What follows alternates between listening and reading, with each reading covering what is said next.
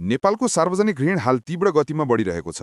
कुल सरकारी ऋण अहिले लगभग 27 खर्ब 29 अर्ब पुगेको छ। यसको करिब आधा हिस्सा बाह्य ऋण हो, जुन विश्व ब्याङ्क र अन्य अन्तर्राष्ट्रिय संस्थाबाट लिइएको हो, र बाँकी आन्तरिक ऋण ब्याङ्क तथा वित्तीय संस्थाबाट उठाइएको हो। ऋण बढ्नुका कारणहरूमा सरकारका ठूलो मात्रामा विकास परियोजना, शिक्षा र स्वास्थ्य क्षेत्रमा खर्च हुनुका साथै राजस्व सङ्कलनमा अपेक्षित वृद्धिको कमी रहेका छन्। भ्रष्टाचार र सार्वजनिक स्रोतहरूको प्रभावकारी प्रयोग नहुनुले अनुत्पादक खर्च बढाएको छ।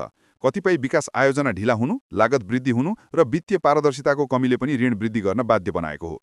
यस ऋण वृद्धिसँगै ठूलो जोखिम पनि छ, ब्याज र कर्जा फिर्ता तिर्नुपर्ने भार बढ्नु, जसले सरकारको विकास र सामाजिक सेवामा लगानी गर्ने क्षमता कमजोर पार्न सक्छ।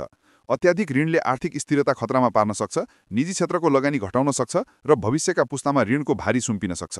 नेपालको दीर्घकालीन आर्थिक समृद्धि सुनिश्चित गर्न आवश्यक छ कि सरकारले राजस्व सङ्कलन प्रक्रियामा सुधार ल्याओस्, भ्रष्टाचारलाई कम गरियोस् र ऋणलाई केवल उत्पादक तथा दिगो विकासमा केन्द्रित गरी लगानी गरियोस्।